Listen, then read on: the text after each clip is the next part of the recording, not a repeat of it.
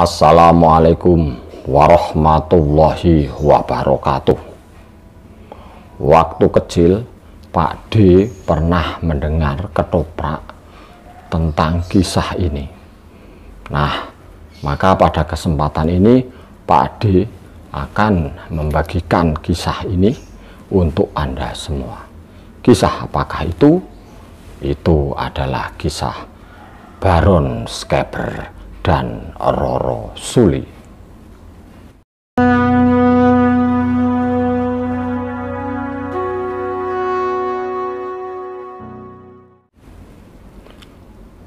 Cerita Baron Schäfer, Pak D menggunakan sumber, tetapi ini memang kisah seperti babat gitu. Pak D hanya berpikir eman-eman kalau orang-orang, apalagi generasi di bawah Pak D, tidak mengenal kisah ini. Baron Schäfer adalah seorang pangeran bangsawan dari negara Belanda. Sebutan Baron, meskipun konon Baron itu aslinya dari Jerman. Baron Schäfer diminta oleh kakaknya, Baron Soekmul, yang merupakan raja Belanda, untuk menjadi patih. Tetapi Baron Schäfer menolak dengan sangat halus. Pada suatu malam dia pergi. Perginya itu diceritakan berjalan di angkasa, terbang. Negeri yang dituju adalah Pulau Jawa, tepatnya di Mataram, karena dia pernah mendengar dari sesepuh atau gurunya yang mengatakan Mataram atau Jawa itu nanti akan sejahtera. Dia pergi berjalan ke angkasa. Sampai di angkasa Indonesia ya, Nusantara, dia langsung turun. Nah, ternyata turunnya itu tidak di Jawa, tapi di Palembang. Nah, di Palembang itu lalu dia belajar dengan seorang pendeta, orang pintar, tentang bahasa Jawa dan adat istiadat Jawa. Setelah 2 tahun belajar dengan pendeta itu di Palembang, Baron Schäfer memutuskan untuk melanjutkan perjalanan ke Jawa. Di situ dikisahkan berpelukan dan meneteskan air mata karena berpisah dengan gurunya itu yang mengajari bahasa dan adat istiadat Jawa. Ke Jawa, terbang. Saat terbang itu Baron Schäfer melihat gumpalan asap yang berwarna kuning. Dia mendekati gumpalan asap itu, tapi terus jatuh ke tanah. Nah, tidak jauh dari tempat jatuhnya itu ada seorang yang bertapa di atas batu. Rupanya yang bertapa adalah Panembahan Senopati. Jadi Baron Schäfer settingnya itu pada masa Panembahan Senopati. Lalu memperkenalkan diri Panembahan Senopati. Kemudian Baron Schäfer memutuskan atau mengatakan bahwa kebetulan memang sudah lama aku mencarimu. Aku ingin menaklukkan Mataram. Begitu kata Schäfer. Terjadilah perang tanding. Sama kuatnya. Lama perang tanding antara Panembahan Senopati dan Baron Schäfer. Lalu Panembahan Senopati dibantu oleh Ki Juru Mertani, dibacakan ayat 7. Padahal tidak tahu yang membuat tambah kuat. Ayat-ayat kemenangan, mantra-mantra kemenangan. Baron Schäfer kelelahan dalam pertarungan itu. Lalu dia melarikan diri atau pergi ke arah utara, tepatnya di Gunung Muria, di daerah Gunungan Muria itu. Nah, di situ kemudian dia menuju ke daerah Pati Ayam, Gunung Pati Ayam, ada guanya di situ, ada gua angker di gunung atau bukit Pati Ayam itu. Nah, di depan gua itu banyak tulang-tulang berserakan, kemudian banyak kucing, banyak bebek di depan mulut gua. Nah, tiba-tiba ada seorang pertapa yang tua, pertapa tua ya. Pertapa tua itu bernama Sadu Hening, namanya Sadu Hening. Pertapa tua itu mengaku bahwa dulu itu adalah tempatnya raja, ayahnya Prabu Kongso dari Manduro itu ya. Ayahnya Prabu Kongso dari Manduro, Pak D lupa namanya, yang kalah dengan Permati atau siapa, dan dia menunggu itu, ada hubungan dengan itu.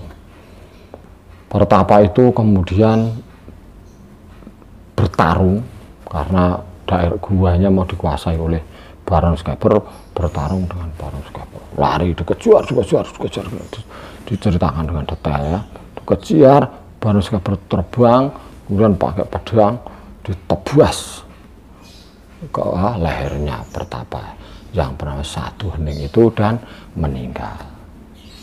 Baron Skeper kemudian tinggal di Gua Pati Ayam itu. Nah, saat dia melihat ke bawah, terlihat daerah yang indah, yang bagus gitu. Dia terus turun, ternyata itu Desa Kemiri. Nah, di Desa Kemiri itulah tempat tinggal Roro Suli. Roro Suli itu anaknya Mbok Rondo, Roro Suli. Tapi Pak D lebih cenderung, lebih ikut menyebutnya namanya adalah Dyah Sari. Dyah Sari sama dengan Roro Suli ya, Dyah Sari. Dyah Sari anaknya Mbok Rondo yang untuk ukuran orang-orang di situ pada waktu itu sebenarnya sudah perawan kasep. Umurnya sudah melebihi teman-temannya. Jadi umur segitu temannya sudah menikah. Nah, di situ ketemu Baron Skeper.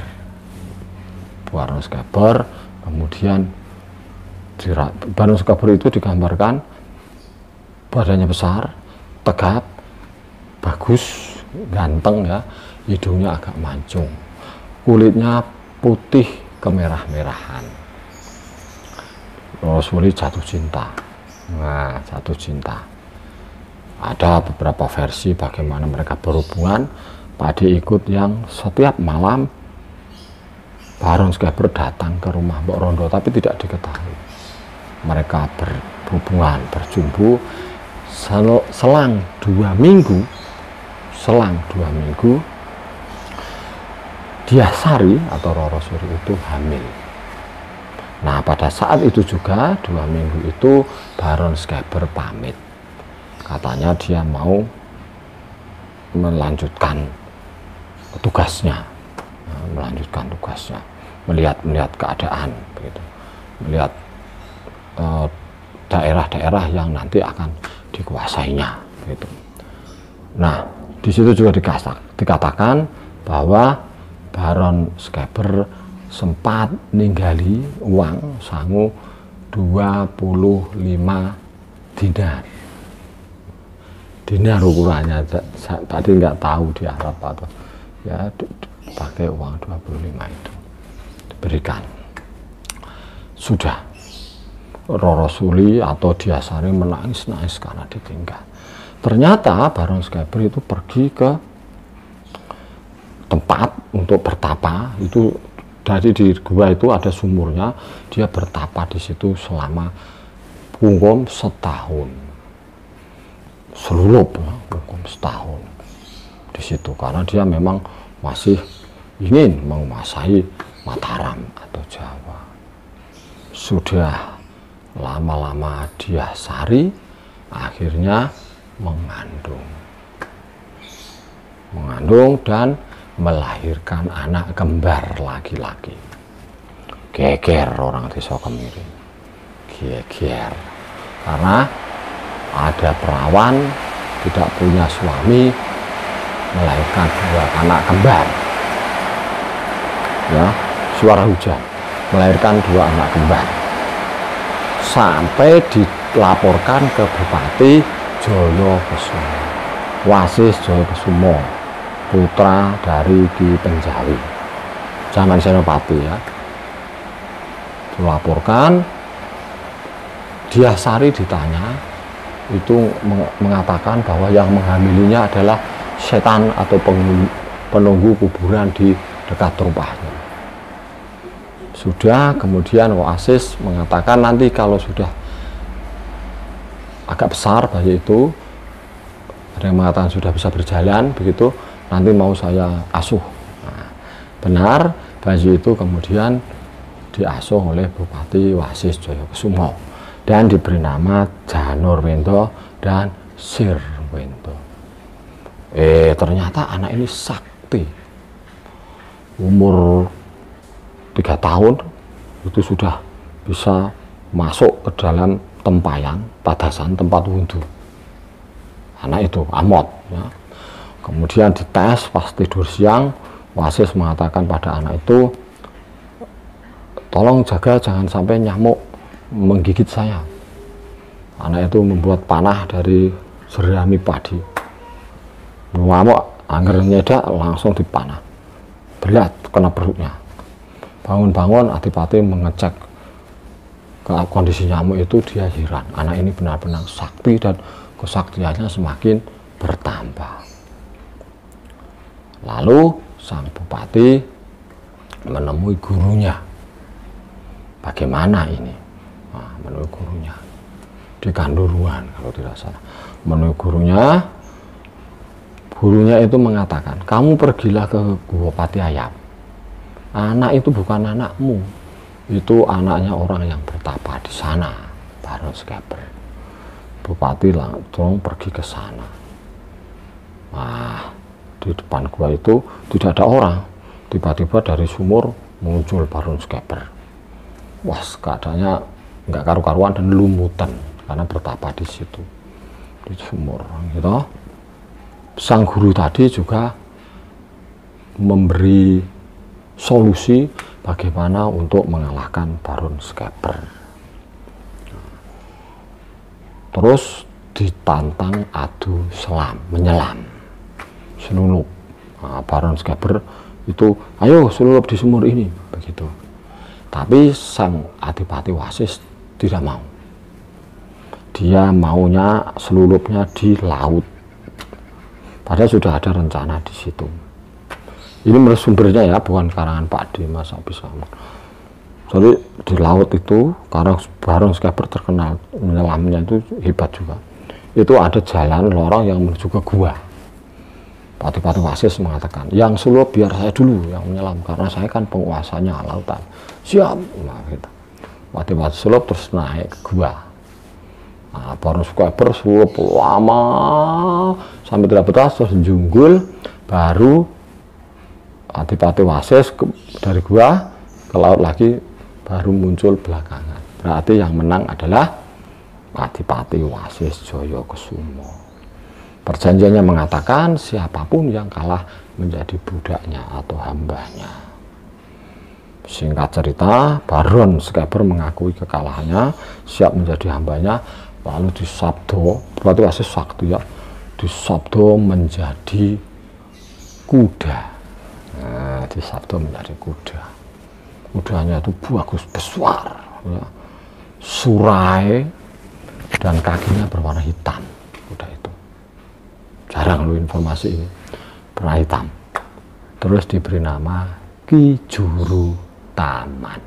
Nah lo, kuda ya, Ki Juru Taman dari Baron Skeper.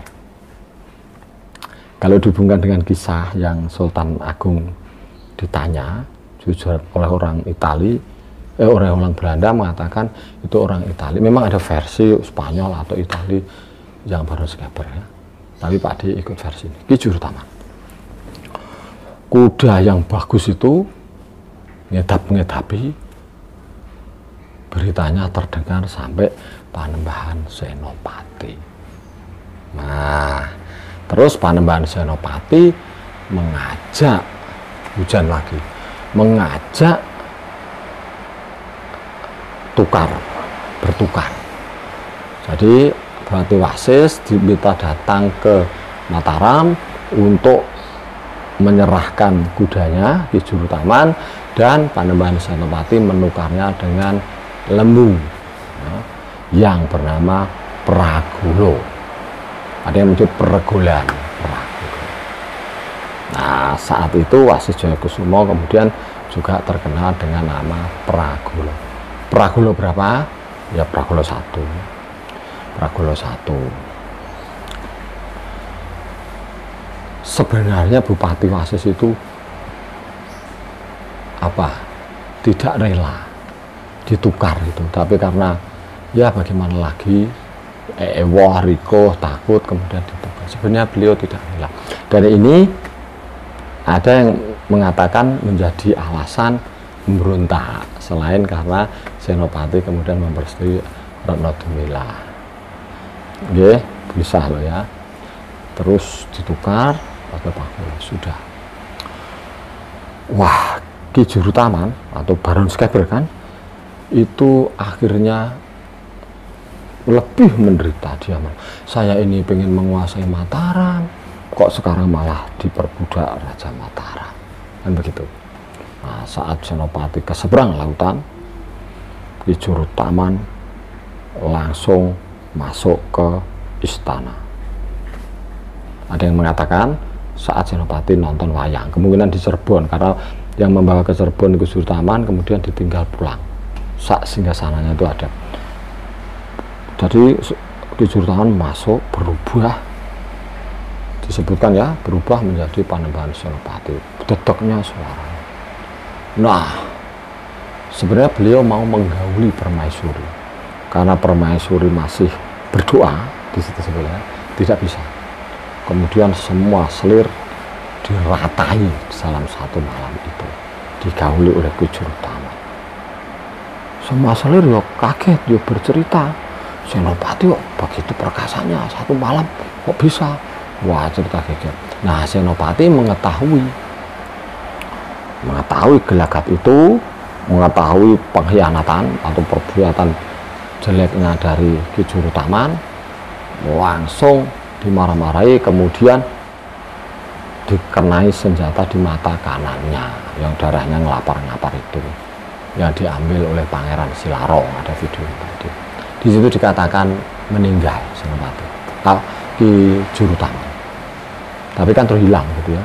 Jadi Ki Jurutaman sudah tidak mengganggu lagi. Ki Jurutaman atau Baron Skeber.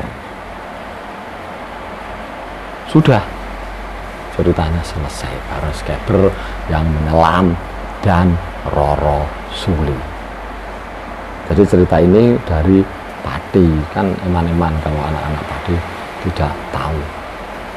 Mekaten, mudah-mudahan ya bisa dilestarikan. Kalau channelnya masih lama kan masih ada terus. Ketopraknya itu sudah nggak ada ketopraknya. Tadi dengarnya itu dari ketopraknya dulu, terus Pak dilengkapi. Dari mana ini ceritanya? Assalamualaikum warahmatullahi wabarakatuh.